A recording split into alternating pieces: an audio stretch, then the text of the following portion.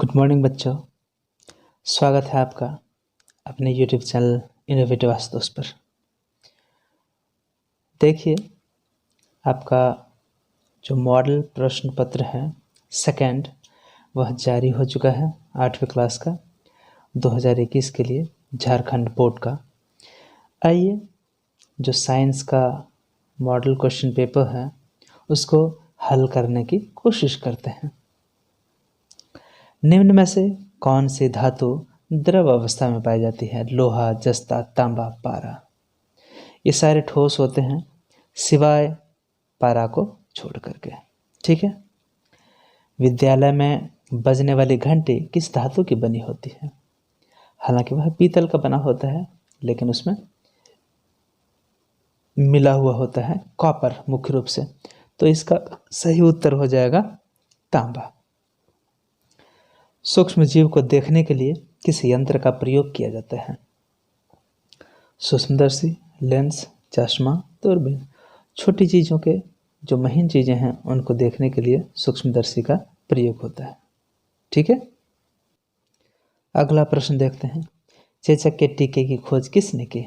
Louis Pasteur, Edward Jenner, Edward Fleming, Robert Hooke. Edward Jenner ने खोज की थी। यौवनारंभ की उम्र क्या होती है?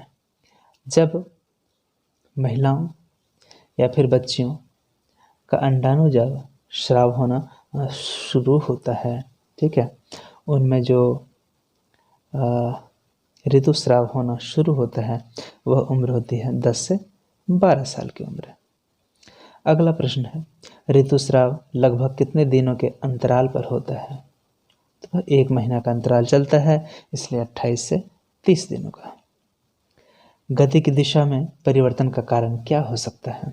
आप जानते हैं कि बल वह भौतिक कारक है जो किसी स्थिर वस्तु को गतिमान कर सकता है और गतिशील वस्तु को स्थिर कर सकता है। इसलिए ऑब्वियस है इसका उत्तर बल होगा। घर्षण बल कब उत्पन्न होता है? घर्षण बल तभी उत्पन्न हो सकता है जब दो बल आपस में संपर्कित हो, मतलब कांटेक्ट में हो। तो जब दो वस्तुओं के सतह संपर्क में होते हैं तभी होता है। तीसरा इसका विकल्प सही है। शरीर द्वारा श्वसन में कौन सी गैस का उपयोग होता है?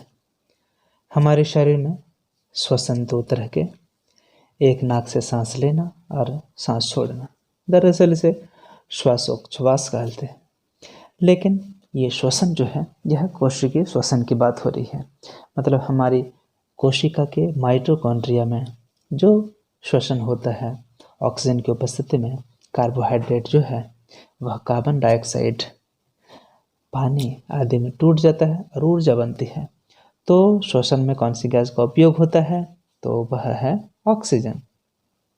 अगला प्रश्न, आग बुझाने के लिए सबसे अच्छा सर्वत्र उपलब्ध पदार्थ कौन सा है? हर जगह उपलब्ध हो सकती है क्या हवा? हवा से तो वो फैलती है। बालू हर जगह नहीं हो सकती है। मिट्टी हर जगह नहीं मिल सकेगी। यदि कहीं बिल्डिंग में लगी हो तो हमें पानी ही उपलब्ध कराना पड़ता है। लेकिन आप ध्यान देंगे कि हर आग बुझाने के लिए जल जो है वो पर्याप्त नहीं होता है। यदि पेट्रोल वगैरह की बात हो, बिजली से लगी हुई आग की बात हो, तो वहाँ जल का उपयोग नहीं किया जाता है। आगे बढ़ें। एक गीले ब्रेड को 1-2 दिन तक ऐसे ही छोड़ दें। ब्रेड मीन्स वो पाव रोटी हो सकती है या घर की भी रोटी हो सकती है। उसको 2-4 दिन यदि छोड़ दें तो उसके ऊपर रुई की तरह रोएदार रचनाएं उग आती हैं। उसे क्या कहेंगे हम लोग? क्या शैवाल कहेंगे, प्रोटोजोआ, कवक या जीवाणु? तो उसे हम लोग फंगस कहते हैं, मतलब कवक, जिसे हिंदी में कहा जाता है। अगला प्रश्न, निम्न में कौन सी स्थिति एक भ्रांति है, मतलब एक कंफ्यूजन है, एक अफवाह है, एक झूठ है, लोगों के दिमाग में घर की हुई बात है? ऋतुस्राव, जब महिलाओं या बच्चियों का वो अंडाणु का स्राव शुरू होता है और जब उसका कॉम्बिनेशन नहीं हो सकता है शुक्राणुओं से, तो फिर वो टूट टूट कर बाहर निकलने लगता है, जिसे ऋतुस्राव कहते हैं। ऋतुस्राव की अवस्था में लड़कियों को आम दिनों की तरह ही काम करना चाहिए। बिल्कुल सही बात है, ये तो भ्रांति नहीं है। ऋतुस्राव की अवस्था में लड़कियों के को घर के अन्य सदस्यों से अलग रहना चाहिए, ये बिल्कुल अफवाह है। ऋतुस्राव की अवस्था में लड़कियों को रसोई घर में नहीं जाना चाहिए, पेड़ पर नहीं चढ़ना चाहिए, वगैरह वगैरह कहा जाता है, जो कि ये भ्रांतियां हैं। ऐसा कुछ नहीं है। यह एक बायो फिजिकल प्रोसेस है जो कि हर महिलाओं में, हर बच्चियों में हुआ करता है, इसलिए भ्रांति के रूप में यह चौथा नंबर जो है वही सही है। ठीक है।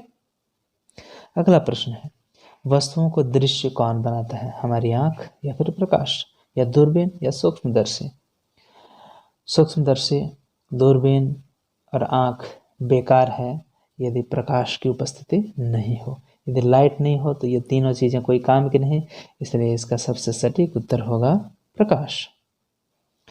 निम्न में से कौन सी जोड़ी हमेशा बराबर होती है, आपतन कोण और परावर्तन कोण। बिल्कुल, आपतित किरण, परावर्तित किरण, आपतन बिंदु, अभिलंब, आवर्तक सतह और परावर्तक सतह। तो आपतन कोण और परावर्तन कोण, ये दोनों जोड़ी जो है हमेशा बराबर होती है। ठीक है।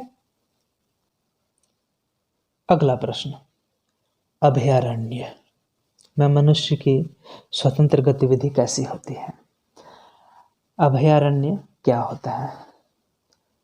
अरण्य मतलब जंगल और अभय मतलब बिना डर के। वैसा जंगल, वैसा पेड़ों वाली जगह जहाँ पर निर्भय होकर के जंतु जानवर रह सकें, वहाँ पे मनुष्य की आवाजाही नहीं होती है। कहने का मतलब प्रतिबंधित। याद रखें, अभयारण्य जो है वह कोई चिड़ियाघर, जू नहीं है। जू में तो लोग जा सकते हैं, वहाँ तो पिंजरे में बंद करके लोग जानवरों को रखा जाता है, लेकिन यह वैसी जगह नहीं है, बल्कि अभयारण्य जो है वह खुली जगह होती है और जंगल वाली जगह होती है। तो वहाँ मनुष्य की स्वतंत्र गतिविधि कैसी होती है, तो प्रतिबंधित होती है। कौन सी गैस हरित गृह प्रभाव मतलब ग्रीन हाउस इफेक्ट और वैश्विक तापमान के लिए मुख्य रूप से उत्तरदायी है, जिम्मेदार है। आप जानते हैं कि सूर्य से आने वाली प्रकाश किरणें उधर से आती हैं शॉर्ट वेव रेडिएशन के रूप में, लेकिन पृथ्वी से टकराने के बाद वह बन जाती है गर्मी वाली, वह गर्मी वाली रेडिएशन बन जाती है, जो कि होती है लॉन्ग वेव रेडिएशन। और वह वायुमंडल को आते वक्त तो क्रॉस करके पृथ्वी पर आ जाती हैं, लेकिन वापस नहीं जा पाती, क्योंकि वो लॉन्ग वेव रेडिएशन होती हैं, उसका साइज बड़ा होता है, जिसके कारण वायुमंडल में जो कार्बन डाइऑक्साइड है, जो मीथेन है, इस तरह के जो गैसें हैं, वो उसे ट्रैप करके वायुमंडल के नीचे ही पृथ्वी पर रख लेते हैं, जिसके कारण कि पृथ्वी का तापमान बढ़ता रहता है। कुछ हद तक तापमान रहना चाहिए, ठीक है, लेकिन ज़रूरत से ज़्यादा फिर ठीक नहीं है। तो वैश्विक तापमान के लिए यह मुख्य रूप से जिम्मेदार है, जो कि कार्बन डाइऑक्साइड और मीथेन होती है। भारत की सबसे प्रसिद्ध नदी कौन सी है। भारत की सबसे प्रसिद्ध नदी तो गंगा है। जब भी नदियों का नाम लिया जाता है तो गंगा, यमुना, सरस्वती ऐसे कहा जाता है। तो सबसे प्रसिद्ध नदी कौन सी है, तो गंगा, पवित्र नदी गंगा है ना। और यमुना, ये तो काफ़ी गंदी नदी हो चुकी है। कावेरी, जिसे कि दक्षिण की गंगा कहा जाता है। और कोसी जो है उसमें बाढ़ आती रहती है। तो प्रसिद्ध नदी गंगा। झारखंड के किस शहर में लोहा इस्पात की फैक्ट्री है, तो हजारीबाग नहीं, धनबाद नहीं, रांची नहीं, जमशेदपुर। ठीक है। टाटा टिस्को जो कारखाना है यहीं पर खुला हुआ है। अगला प्रश्न, सामान्य वर्षा से कितना कम वर्षा होने पर जो सूखाग्रस्त क्षेत्र घोषित किया जाता है, यह सूखाग्रस्त क्षेत्र घोषित कर देने के बाद वहाँ पे सरकार का ध्यान कुछ ज़्यादा होता है, वहाँ कुछ अनुदान, कुछ पैसे, कुछ फंडिंग सरकार की तरफ से ज़्यादा होने लगता है। तो 50% से कम जब बारिश हो तो ऐसे क्षेत्र को सूखाग्रस्त घोषित कर दिया जाता है। ठीक है। अगला देखते हैं। अंतिम प्रश्न है कि भारत में कुल बाघ संरक्षित क्षेत्रों की संख्या कितनी है। आप जानते हैं कि भारत में बाघों की संख्या धीरे धीरे घटती जा रही है और इन्हें जो है वो रेड डाटा बुक में भी इनका नाम सूची में लिखा गया है, क्योंकि इनकी संख्या धीरे धीरे कम हो रही है, यह लुप्तप्राय हो रहे हैं। तो बाघों को बचाने के लिए कुछ जंगलों को संरक्षित क्षेत्र घोषित किया गया है, वहाँ पे मनुष्य की गतिविधि को अपराध घोषित किया जाता है। तो यह जो इसका सही उत्तर है कि भारत में कुल बाघ संरक्षित क्षेत्रों की संख्या वह 29 होगी, 19 होगी, 9 होगी या 5 होगी। तो सबसे सही उत्तर है इसका 19। तो बस इतने ही प्रश्न थे सेट 2 में बच्चों। उम्मीद है आपने समझा होगा, आपको अच्छा लगा होगा। यदि अच्छा लगा होगा तो अपने दोस्तों के बीच इस वीडियो को ज़रूर से ज़रूर शेयर करें और चैनल के सब्सक्राइब बटन को, जो कि लाल कलर का है, उसे ज़रूर दबाएं, ताकि जब भी मैं आगे वीडियो अपलोड करूं तो आपको उसकी सूचना सबसे पहले मिल जाए। इस वीडियो में इतना ही, मिलते हैं अगले वीडियो में नए टॉपिक के साथ। तब तक आप सभी का हार्दिक धन्यवाद।